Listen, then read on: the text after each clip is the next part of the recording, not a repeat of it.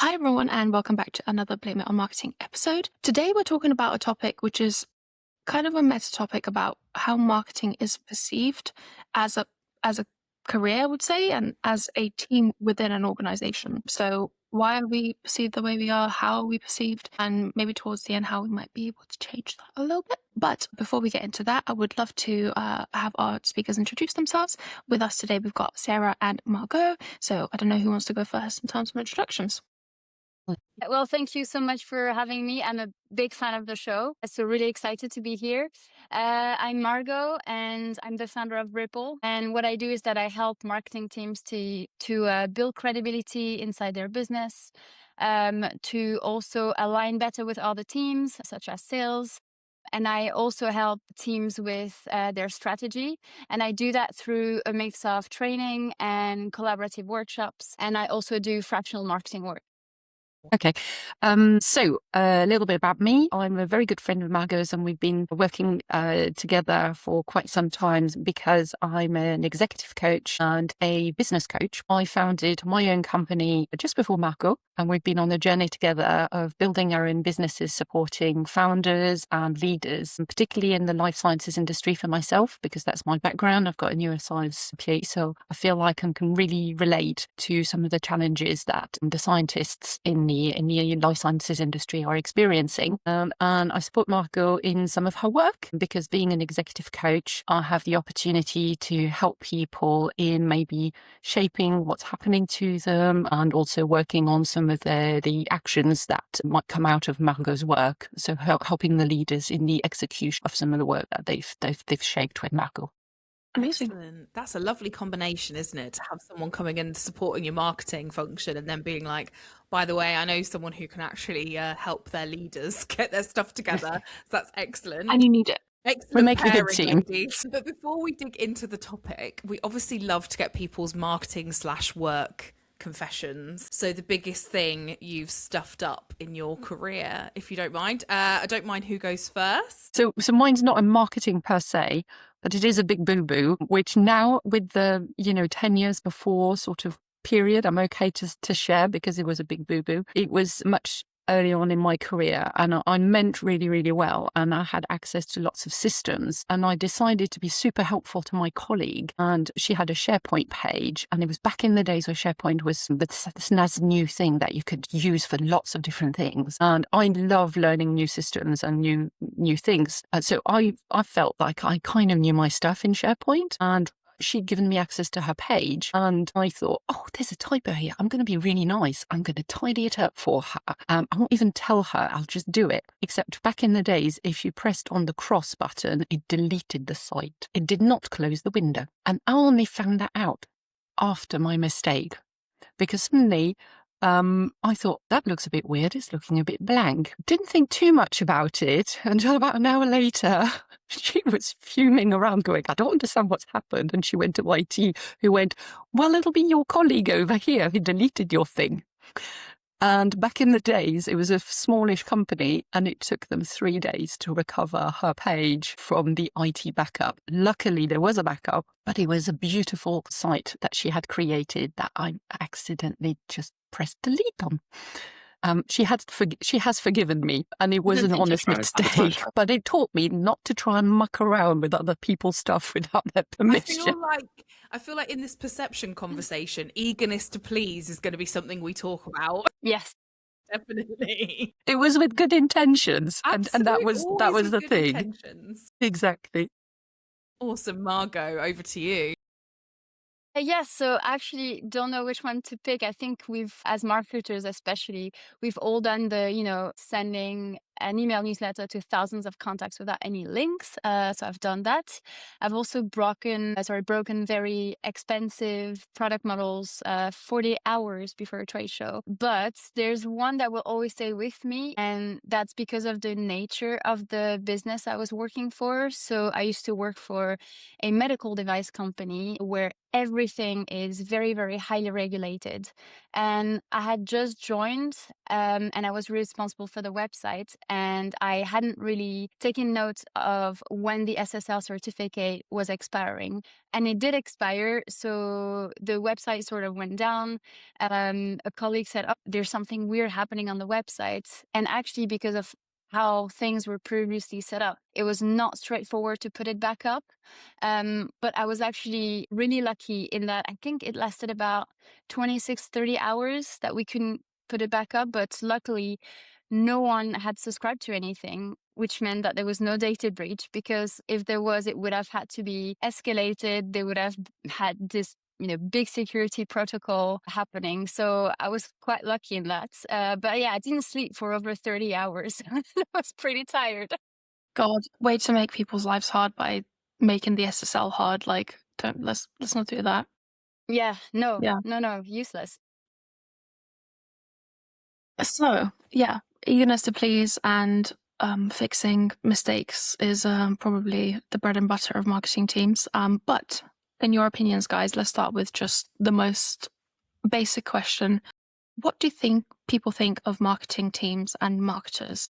I think for me, at least, I come from the world of science. Actually, my background, I'm quite similar to Sarah in a way, in that my background is marine biology, which is quite niche. And then I sort of kind of evolved into a marketing role throughout my career, and then spent the last 10 years working in marketing in science and tech. And actually, in the world of science, it's all about accuracy and precision. And then when marketing comes in, even though it's not the case at all, but they might seem, it might seem less tangible, not core to the business, and a bit fluffy. And actually, I thought that this perception was only for marketers in the field of science and tech. And then as I grew in my career, I spoke to marketers in different industries, and I found out that, yeah, it's not the case at all. And I think for me, it's for multiple reasons. I think external stakeholders in a company, I think marketing is all about, visual. And I think that comes from the older days of print advertising. Also, everyone is a consumer of marketing, and that doesn't help at all, especially with the rise of social media. But to me, the biggest reason is actually that as marketers, we spend a lot of time working on the external reputation that we have with our customers, our external brand. And, fair enough, that's what we're paid to do. But I think we should be a lot more intentional about how we build our internal reputation and internal brand with our internal stakeholders. Absolutely. Agreed.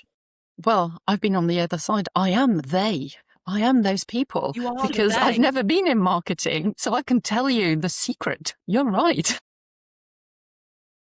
That's what they think, Sarah. Well, I used to think quite similarly to what Margaux is describing, which was that I was in charge of business operations and I was probably more of a commercial partner than a marketing partner. And I used to rely heavily on an amazing marketing team, which I thought was doing a brilliant job, but I thought they were there to execute what the sales team had thought or what we needed. So they were very much an amazing team that could make things happen magically, sometimes push back, but very often we're trying to say, yes, okay, we'll try and squeeze it. Sounds like a really good idea. And I used to have loads of amazing ideas. And I used to think they just make stuff happen. It's amazing, but very much the reactive team. And what really changed for me actually is 2 years ago, I started up my own business and suddenly I'm in charge of marketing, and I'm also working with the Judge Business School supporting founders. And now I'm really understanding that the journey of a company starts with understanding your customer and, your value proposition. And that's when you really need a strong marketing person. So I've upped on my marketing skills throughout my business because now I really understand really what the marketing department can do and the strength that it brings if you leverage on them properly. Yeah, and I think it's so interesting that you still, as you were describing the previous example, you were like, oh, I was in commercial, and then there was the marketing team, and it's like, no, the marketing team should be in the commercial team. Like it's all the same and it should be connected. But yeah, I think that's a super common way for people to see the different. It's like sales bring in sales and then marketing do stuff. That's nice, I guess. Yeah. I think it's interesting, isn't it? Because one of the things that even when we're working with clients now, and Ruta and I generally tend to work in B2B SaaS, um, is that marketing is taken definitely more seriously. Like it is in most cases in SaaS, it's like we see marketing as part of the commercial function, but there is still. So I feel like we've come on quite far from some of this stuff that historically used to sort of hold us back. But I think there is still a bit of a perception issue when it comes to like maybe how marketing actually works, where they spend their time. I know I have suffered, for example, with people being like, well, you're not getting a lot of actual stuff out the door. Like they expect like volume rather than quality, things like that, because there's a kind of like basic lack of understanding about the sort of mechanics that sit behind it. So I feel like in some businesses they're like way ahead, and in others they're still lagging behind, thinking that we're kind of the visual people or the sales kind of dog's bodies. Not great. So I guess that kind of moves us on to, and we've talked about this quite a few times, believe it or not. Is that our fault? Is it other people's perception? Do you think probably a bit of both? But what do you guys think? Well, actually, you touched upon something. You said something about volume. People might say you're not producing enough content, but actually, and it links to the answer to your question, because I think there are things that we do as marketers, or at least as a marketing team, in-house marketing teams, that we might not realize that is fueling that reputation. And I think one of these things is what I call, being the content machine. So always producing, and then other things as well.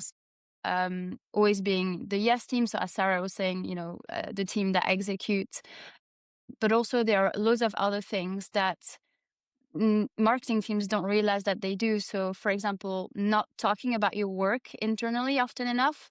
I think we're all guilty of, sharing the wins and like sharing the campaigns that have worked really well, but not sharing more about the lessons that we've learned along the way. Because I've worked with Margaux, and what I really liked when we used to work together is what she brought over time that changed things for me. And that's before I was running my own company, but in the company that I met her, is the fact that she spent the time sometimes in company meetings. So I was a senior leader, everyone had a turn to talk about updates. And what I really started understanding is when Margaux spoke about what was happening in marketing, she related it to the business strategy. So she started by saying, well, this is, the traffic on the website. And I didn't know anything about the actual terminologies and what actually it really meant, but I could read a graph. And if she said, well, can you see at this point we gained these many clients, or we have this open rate, and that meant that we managed to bring on this new client because they knew about us, or we don't have any traction on this page and we changed the website and now we have traction and we have presence, and now I could see then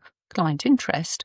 I was thinking, well, that totally makes sense in our bigger strategy of acquiring this type of client. So I think that's the thing, is that explaining to people how does that link back to the strategy, not just the commercial strategy, but even just a wider business strategy, really helps non-marketing people appreciate where they fit and what's the value that they bring to an organization.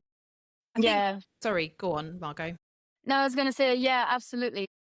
I think, there's a big part of maybe, marketing teams don't do enough is, not talking enough about their work, not being, not sharing the lessons learned, always being the yes team. And I think another part of, the things that we might not realize we do that is impacting our reputation is also, for example, if you want to start a new marketing initiative, if you want to ask for budget, is actually asking for approval rather than making a business case.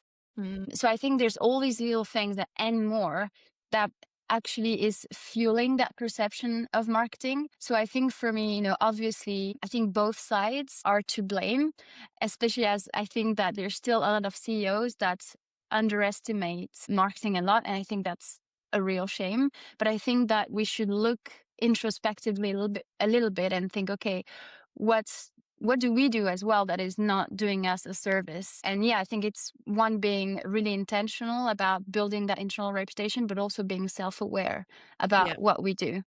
A little bit of, not to gang up on Sarah, but obviously as we've got you here, so you were Go talking. for it. You've got the Yeah, like, opportunity. I will be completely transparent. I know, I've got no doubt that you will be, but I guess the little bit of, it's not pushback exactly, but one of the questions that a lot of marketers have and a lot of frustration that we have around these conversations is you yourself, you clearly are a conscientious person, obviously, because now look at what you do as a job, but sometimes we do walk into meeting rooms where we are faced with, in particular, maybe a sales leader or a CFO. You know, there's some particularly difficult conversations at times where the person in front of us isn't actually interested in finding out about the mechanics. So like when Margaux goes into the meeting and says, oh yeah, but look, here's a graph and this is what happened, and they're not interested, or perhaps like sometimes they're like, well, yeah, but could you do that again? You know, there's a bit of like either animosity or lack of belief in what marketing are presenting. What would you suggest we kind of do with those people? Because I think, you know, like the over communication, all of those sort of things, I think a lot of marketers know that. But yeah, fundamentally, sometimes we are presented with people that are a bit like, they're already negative. Like they already expect the worst. Not the worst, that's dramatic, but like they already are looking at you, regardless if they worked with you or not before, being like, whatever. I think that there's definitely an element that lots of people are like that, not just in respect to marketing, but I've had similar conversations with people in the regulatory function who go, you know, no one understands compliance and doesn't take it seriously. So I would say it's probably a combination of lots of things. And I think building good relationships and trust with the teams is super important, and that takes time. But I would say maybe starting with what's in it for them. So painting it like when you do with a customer, you know, when you're articulating how your product is going to benefit them, you know, you don't want to go down these are all the fabulous features of my product, and this is why it's going to help you. It's what's the problem you're experiencing, and this is how my product is going to help you fix your problem. So having that mindset of selling that and selling this idea, selling this concept to them, and what's in it for them, and really getting their perspective and being curious as well. So don't assume that they know everything, they're not engaged, but ask them questions. So by actually being curious and also engaging with them in their language, in their perspective, you will sell your idea. And you're marketing people, so you're brilliant at that anyway. So it's about framing it as selling an idea. Yeah, and I think it's a funny one, because as marketers, there's loads of things that we do to like talk to our customers, but we rarely think about doing it for our internal stakeholders.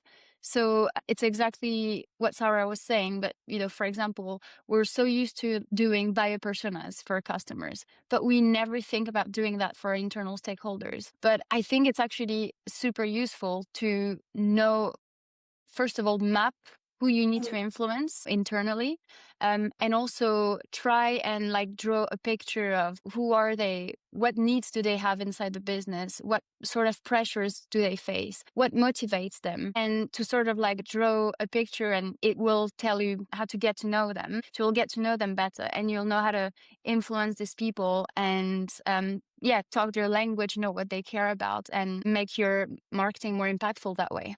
yeah, I definitely agree with you guys. I think you also do have to have a bit of a game plan, don't you? So like, for example, you know, Sarah, you were saying this about building good relationships and trust with people, and the way to do that. But I think once you've done that, if you know you're like, I don't know, you want to ask for more budget, or you're about to launch a campaign and you want everyone's buy-in, but you know you're conscious of who the kind of people are that maybe are a bit more negative or are not quite on your side yet, you can go to that person first and be like, okay, so this is what we want to do, this is what's in it for you, we're going to have this meeting, how can I get your backing for this publicly in a room, and be that kind of overt with people who are negative. Yeah, absolutely. I think quite a lot of people appreciate that approach. There are some people who are like, whoa, whoa, whoa, we don't need to play politics, but there are other people who genuinely do appreciate that approach at times. And it's annoying we have to do it, but I have seen it firsthand work quite well. So, yeah, you know, I think don't be afraid to play the kind of house of cards moves sometimes. I don't know if you guys agree. Yeah, I think it's all. Sorry, go for it. I think it's part of being, you know, deliberate about how you shape your internal reputation. Absolutely. I was going to say it's influencing. I think if it's done with positive intent, integrity, and professionalism, then that's fine. That's how you will advance your career. And that's how you start influencing outside of your sphere of current influence, because you're being visible to other senior leaders who take you seriously because you've got something important to say. And that takes time. So by building these influencing relationships, you will be able to have a conversation with somebody about a budget that you're really passionate about.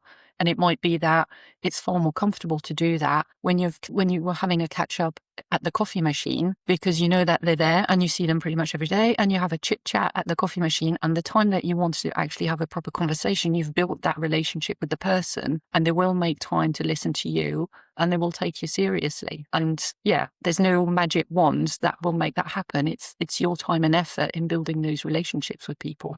I think it's not a stretch, and please just disagree with me if you disagree with me. It's not a stretch to say that this is a key skill for anyone looking to advance in their career. Like, without this, you're hoping that you will get really lucky, end up in a really great organization that already gets you and that will be interested in what you're doing. But chances are you won't, or even if it is a great organization, everyone's doing their own thing and everyone's busy. So you have to advocate for yourself and for what you're doing and for your team. So without that skill, kind of moving forward is going to be really, really tough, I think, in your career, or even in the things that you want to do within the team. If you want more budget, or if you want to do different stuff, or whatever it might be.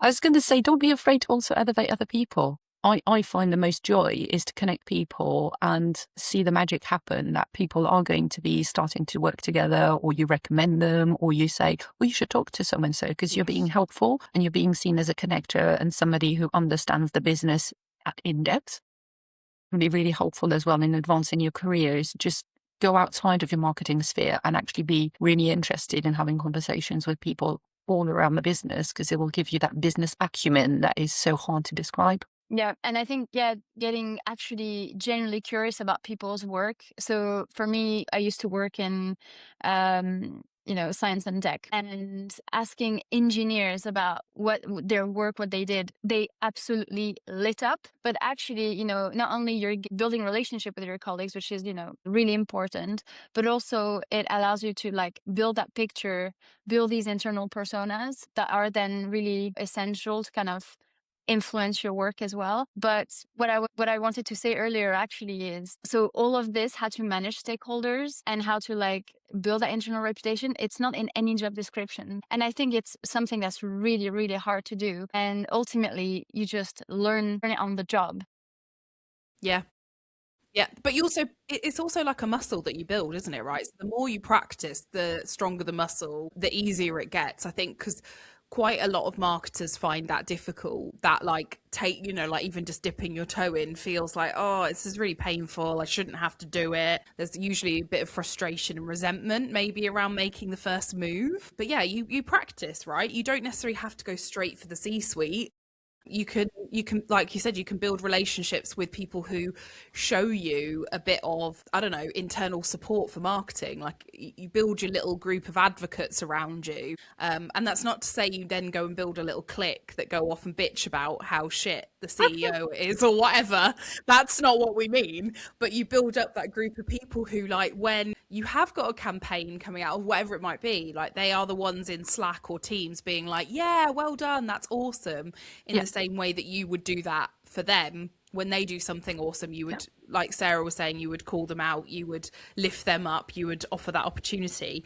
And as you kind of practice that, I think you then feel like you can sit down and have the bigger conversations with the more senior people if you're worried about doing that. Because I know that to begin with, that can be a bit scary, right?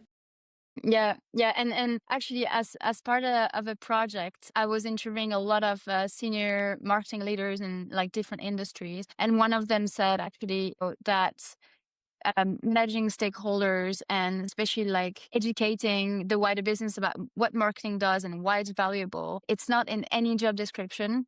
But actually, when she started doing it, it became part of the job that she loved the most, because she saw that it had massive rewards.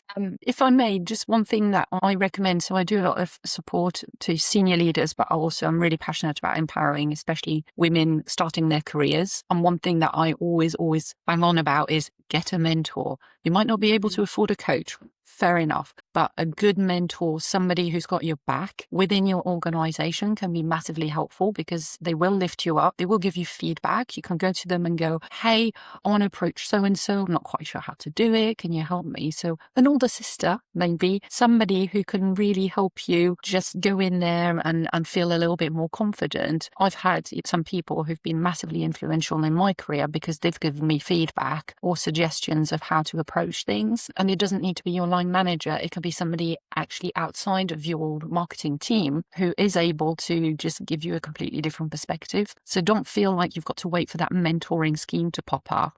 What stops you from actually going to see somebody that you respect and you want to get some valuable input and say, everyone's going to be flattered to be asked anyway. exactly. Like, It's you're not a going to, huge compliment. yeah, I you're not love going to it. be met Yeah. with like, sad faces, because you're going to be asking them to be Yeah, your but mentor, you need asking to for, take the some help. initiative. It's Yeah. up to you to make that first move, and it's up to you to continue in the relationship. I've been a mentor many times, and I'm not going to chase you to go, hey, when are we meeting next? It's on you to say, I need you, Sarah. Can we have a coffee? And it's on you to say, I'm too busy right now with this amazing project. Can we meet in 2 months' time? And that relationship will evolve over time. They normally fizzle after a while, and that's okay. It means that, that relationship has had what it needed to do, and the person moves on and has grown, hopefully in some way. Absolutely. Yeah. It's very valuable. There is something about when we talk about, all of this very, very positive stuff, to take it back to something slightly negative. There are definitely kind of double standards in companies, right? So like, for example, one of the classic ones is obviously the sales and the marketing relationship, and how sales can demonstrate usually sometimes personally quite bad behaviors, but because they get a win, because they, are seen to be driving the revenue and closing deals, they can kind of get away with not nurturing relationships and not doing some of this Being stuff. Being dickheads, basically. Yeah. And then on the flip side, marketers seem to spend quite a lot of time, or good marketers do, nurturing those relationships. But then when you look at the tenure of people like CMOs or directors of marketing, they're really short. And a lot of the time that's because the internal relationships go south, or things didn't happen quickly enough, or whatever it is. So I'm just interested in your guys' perspective on that. And, is there anything we can do to help kind of like iron out some of those double standards? What do you guys think about that? Have you actually like witnessed it yourselves? Yeah, definitely. I think the marketing sales divide is such a huge topic. And I think actually where there are double standards, it's basically a symptom of how marketing is perceived within the organization, especially when there's blame that's bounced around. It just screams that, marketing and sales are working in silos. And I think it's a funny one, because sales and marketing, they have the same goal, the same mission, which is growth, but they experience it in a completely different way. And I think it's part of the reason why we don't align is because of that. So for example, you take brand marketing, growth takes time, and then you compare it to sales, and sales is a lot more fast-paced. And I think because of this fast pace, then sales, they just bring in the numbers, they bring in the customers, and when marketing has to work maybe twice as hard, I don't know. Or as long.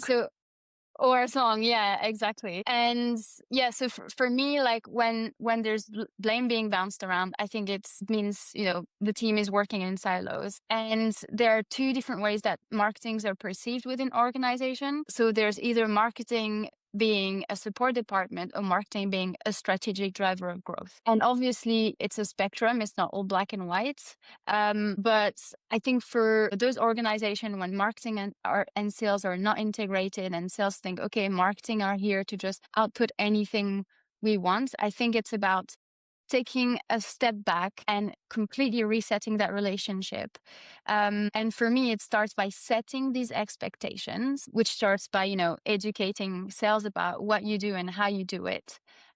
So finding advocates, we've talked about that, Emma. I think it's super important. So maybe find the person within the sales team that has a softer spot for marketing, getting close to them and getting them to be a real advocate for you when you're like not in the room.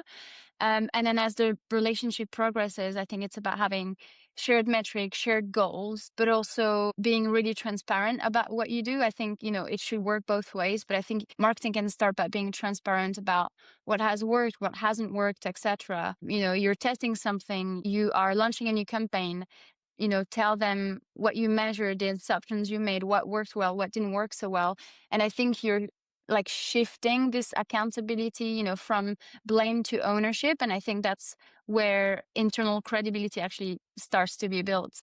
Yeah, it makes a lot of sense, Margaret. I'm interested, Sarah, as well, from your perspective, because obviously you work a lot with leaders, and this must be one of the things that kind of comes up. How do you manage it from like a leadership point of view? If you've got a CEO and they're like, oh my God, marketing and sales, they just hate each other. Where would you start with that? Well, funnily enough, alignment and getting them to be in the same room and have conversations and agree together on what the strategy is a massive thing, which is why I'm such a big fan of Margaux's work, because I can see how it can really work to everybody's advantage. So while marketing might be the one suffering right now, everyone's suffering at the end of the day because the business is not successful if there is not good alignment between the different teams. So it's in everyone's interest to move forward. And yes, the CEO is probably thinking, what's going on here? What's happening? So having somebody independent actually can be super useful, because you're very neutral. You come in, you don't have any sort of hidden agendas, or you're not trying to be political and try and sway things. And it can help people actually just step away from the daily business and have a look at what's happening and going, okay, let's have a grown-up conversation here. Where do we want to be? And that's why it is important for the CEO to be very clear and directive in what they're expecting, and having a really good strategy, but also some metrics behind their strategy to know what's going to, how are we going to measure when it works. And then you can then bring that to every department's level and say, well, within your department, what does that look like? And how are you going to work with your colleagues in order to deliver that? Because we can't work in silos. So it has to be about, how are you going to be collaborating with that department in order to achieve your goals? You might be measured and you might have some bonus on something very specific, but I bet you that it's nothing to do with just your job.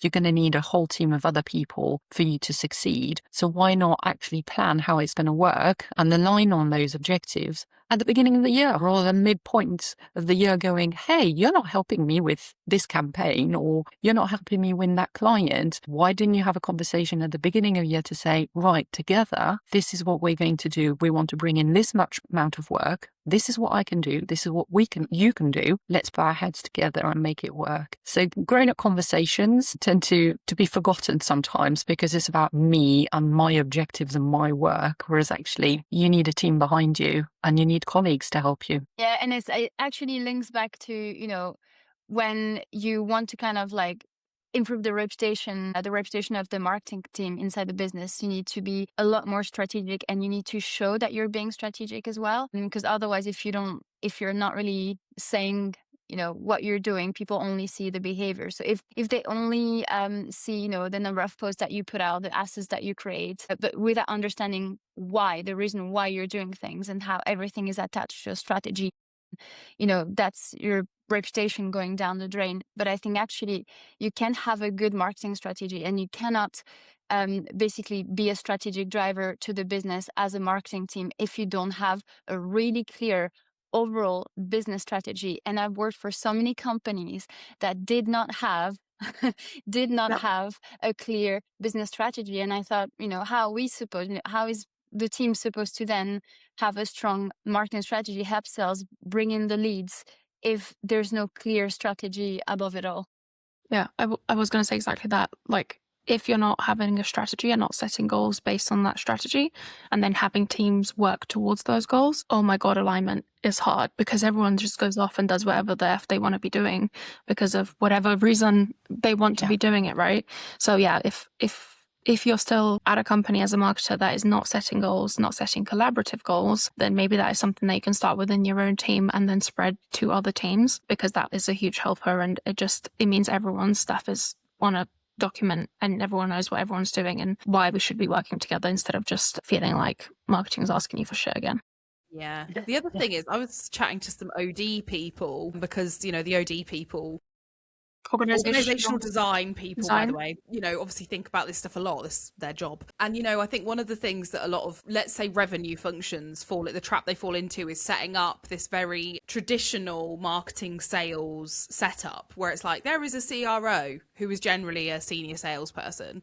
There is a head of marketing. There is, there are AEs, there are SDRs, there are marketing specialists, whatever. And what they don't often take into consideration is who are the best people managers, who are the best specialists in your department. And so I would say that one of the things that if you really have an organization where you're like, God, this just is not working, I think I would take it back to some of that as well. I would look at the design of the function and say like, okay, yeah, we've got a strategy, we've got goals.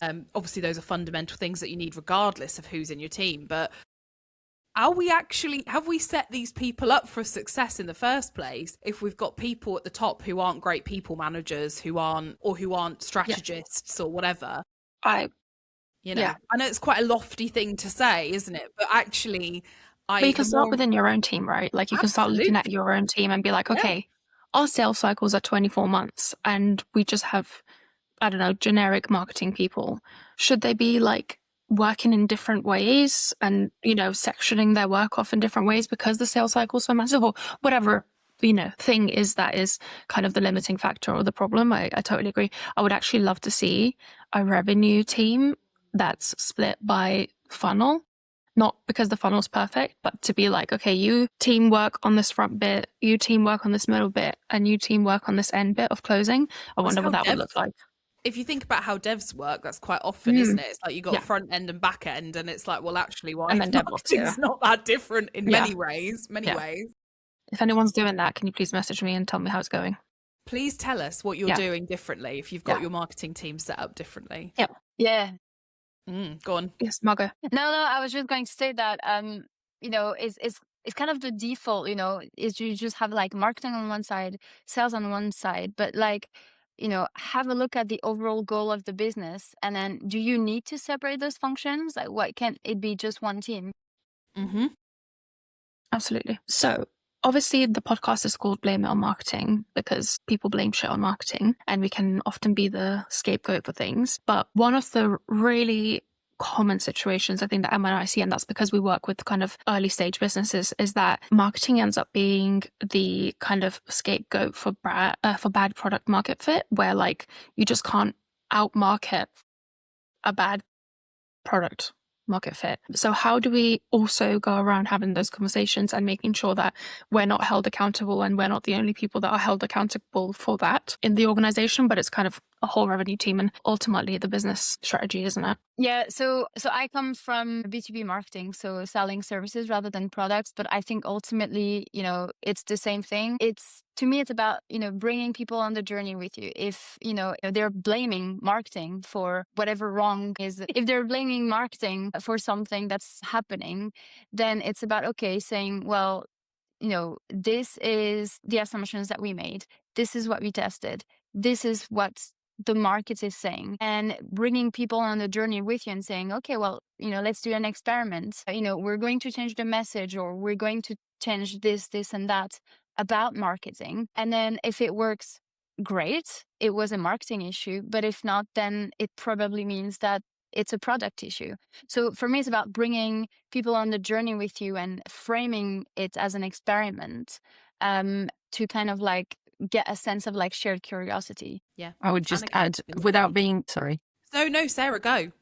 I was just thinking from a completely outsider's perspective, but having supported a lot of founders on that journey, I think there's probably also a perception that it's easy to get it right and not enough effort is put into having those conversations at the beginning of product development. People get really passionate, very techy on things, and then they kind of get sucked into that wonderful world of product development and having all these different rounds of improvements, and they get really super passionate and excited typically, because it's something that hopefully is going to make an impact, solve a problem, etc.